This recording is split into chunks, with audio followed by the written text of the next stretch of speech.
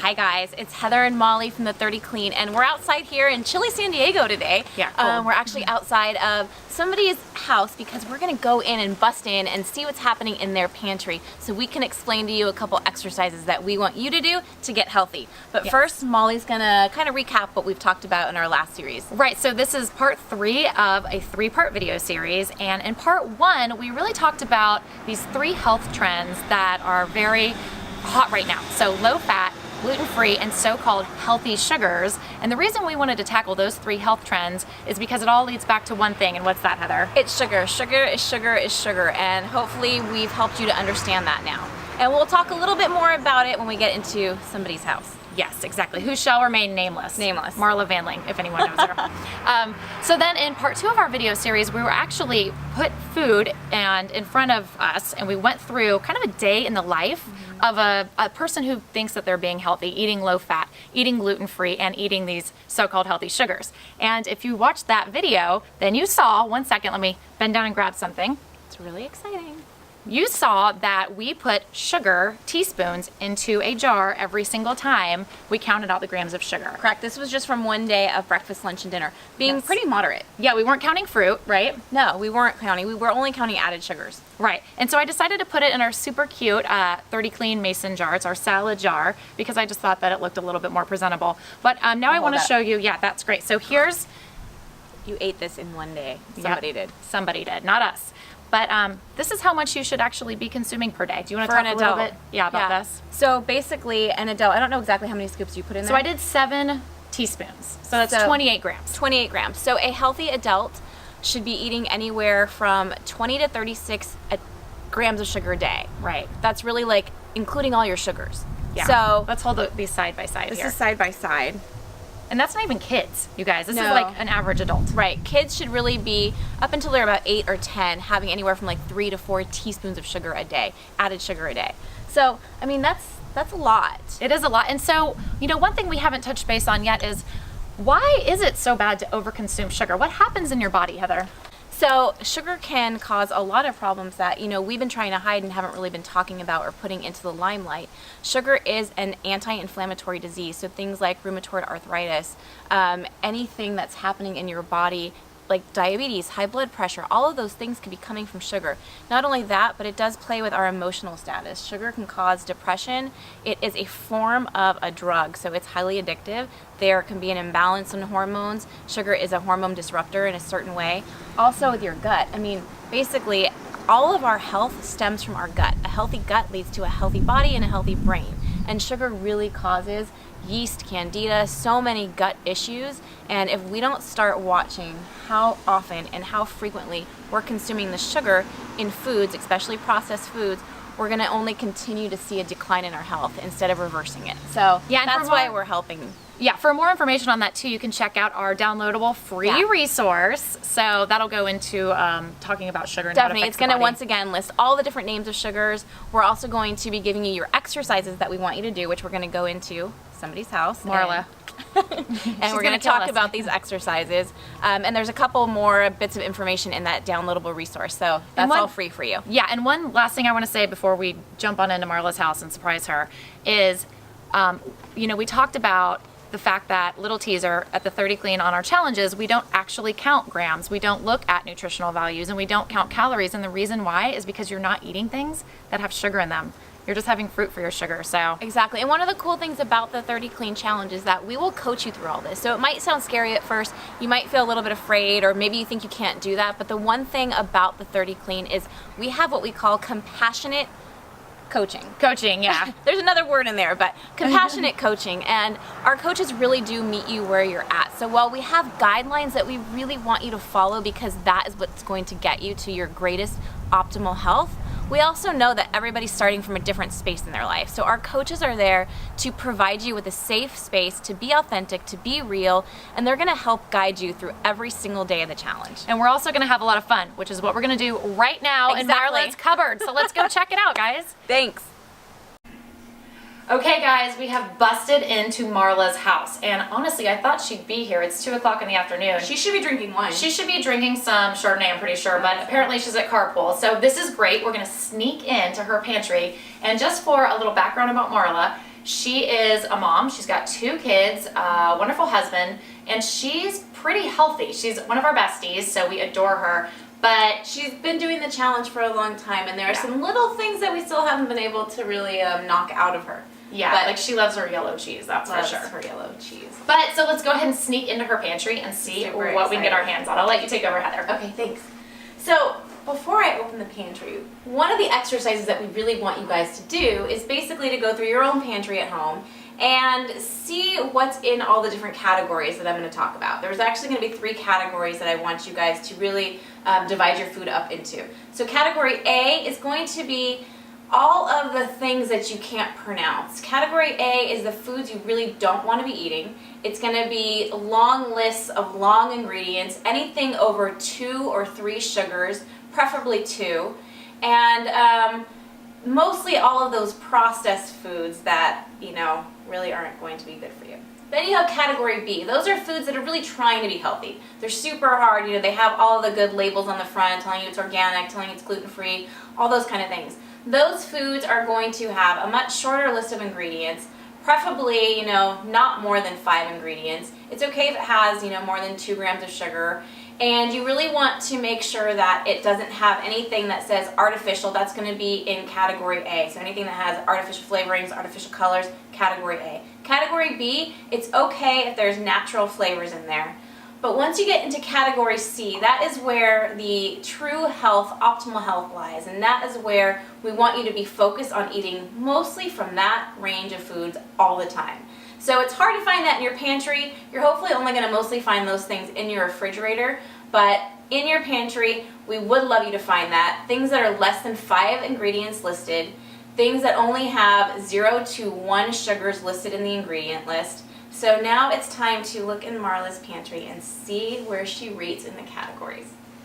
All right, opening up the top. Wow, she is super organized. She's really organized. The first thing I see, which kind of freaks me out, is just a lot of protein powder. I'm going to look at it and see what exactly is in it. The whole thing about protein powder, it's not that protein powder is the worst thing for you.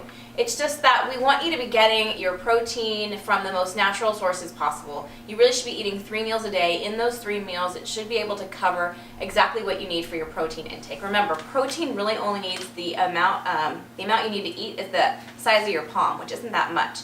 And in this, in the ingredients, let's see, what do we got here? Oh yeah, they make these ingredients really hard to see, or I'm just getting really old. I'm not quite sure which one. You got protein, you got sunflower oil. Okay, the thing that is like a red flag for me is corn syrup solids. So not only corn, but you know, it's a sugar. They try not to call it a sugar by using the word corn syrup solids. It's still sugar. There are not only natural but artificial flavors in here as well. So this would definitely go into category A because there's artificial flavors in here. And I also would like to say that anything that has corn syrup goes into category A. So that's quite a lot of protein. Hopefully this is going to be lasting Marla for a year. I don't know. I would like to point out something at the very top. I don't know if you guys are able to see that or not, but if not, I'll just let you know that on the very left side, Marla has a big, huge Costco-sized box of Ghirardelli triple chocolate brownie mix. However, right next to it is a huge bag of chia seeds. So A+ for the chia seeds. Ghirardelli triple chocolate brownie mix I'd probably put in the category A.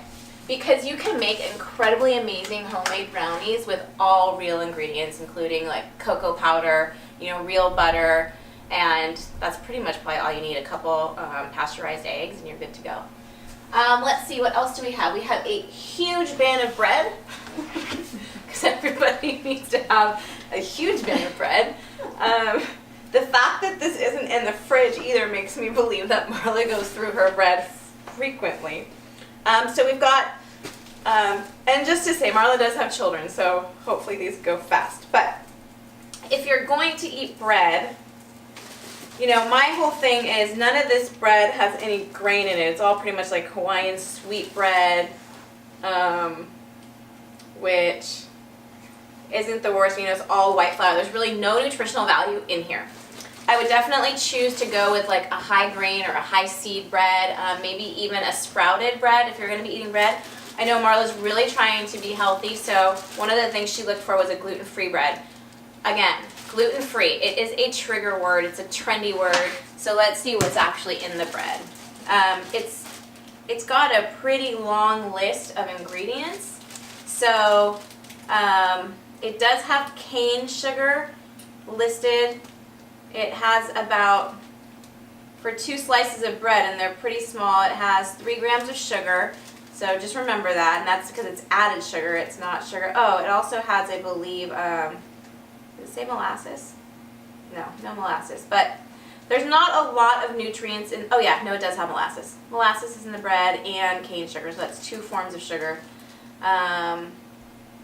Again, if you're really wanting bread and you don't have a gluten intolerance, I would say go with a sprouted bread or like a high multi-grain bread, because gluten-free is just a trigger word. If you don't have an issue with it and it doesn't irritate your stomach or your gut, you're probably going to get more nutrients in a high-quality bread. And, you know, there are other options. Lettuce wraps, collard wraps, coconut wraps. So try and go an alternate route if you can. If not, maybe just look for a higher quality bread. But good job, Marla. I know you're trying, and we're really proud of you. Okay, I'm going to put the heavy bread box away. That's awesome. I love how organized she is. What I do like is all the different seasonings. They all look pretty clean, and Marla's definitely keeping her peppermint tea and her pomegranate white tea. I've always told her that trick at night when you're craving sweets. It's good to go for a tea instead. Let's see what's in the bottom cupboards. Once again, I'm actually highly impressed because she's very organized. There are a lot of bars happening in this pantry. Remember, at the 30 Clean, we talk about bars as being an emergency food and really going for a Lar bar or a Kits bar or something that's nuts and seeds and fruit. All the other stuff tends to have a lot of processed ingredients in it, or just words you can't pronounce, or a lot of sugars. And I know sometimes we think of granola bars as a great go-to for our kids, but let's just take a look and see what kind of granola bars are hiding in Marla's pantry. We definitely have some Quaker's granola bars. Quick, easy grab for the kids. However, it's quite a long list of ingredients compared to, she does have a Lar bar too, a Lar bar, which is really just, and someone's trying to call Marla, but they're gonna have to wait because she's not here. And who still has a home phone? Just kidding, Marla, you know I love you. So the ingredients in here are literally peanuts, semi-sweet chocolates, sea salt. That's all that's in this bar. It's high in sugar because it is chocolate and dates. Sorry, I forgot to mention the dates too. So it's dates and peanuts and chocolate. So high sugar, but still it's real ingredients. Then you get these that you give to the kids for some reason because you think kids need to have different kinds of food than we have, and you know we think granola is a good choice. Let's see. And these ones have 13 grams of sugar. In the granola there is sugar listed once, and then high fructose corn syrup, and then molasses, and then honey. So a couple different times. Natural flavor, and then sugar's listed again in the chocolate a couple different times. And then once again they list high fructose corn syrup, brown sugar, corn syrup solids.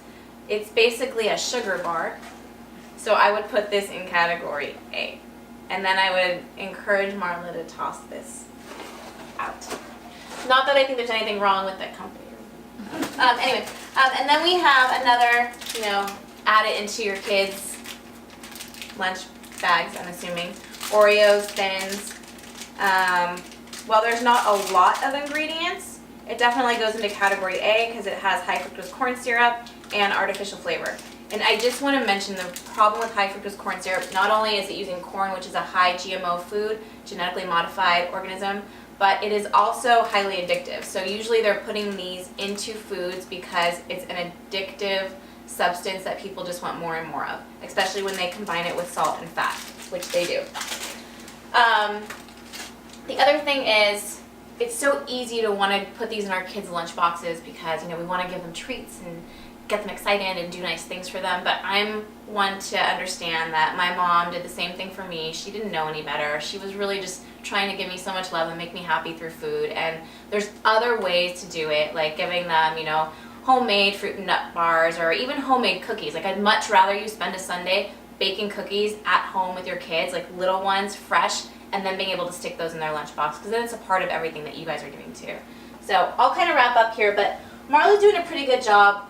Mostly what I'd say is that it's the packaged food, like the granolas and the cookies and things like that, the protein powders. Again, category A is going to be mostly stuff that has anything artificial, ingredients that you can't pronounce, corn syrup in any form. Down here, Marla's doing pretty good. Most of her ingredients are going to be ones that are pretty healthy. Even this sauce I was looking at, and it's got all great stuff in it. So she's doing all. The one thing that is hiding, I just want to point out, is she has almond butter for herself, because I know that we've got Marla on the almond butter track. However, she also has Jif for her kids.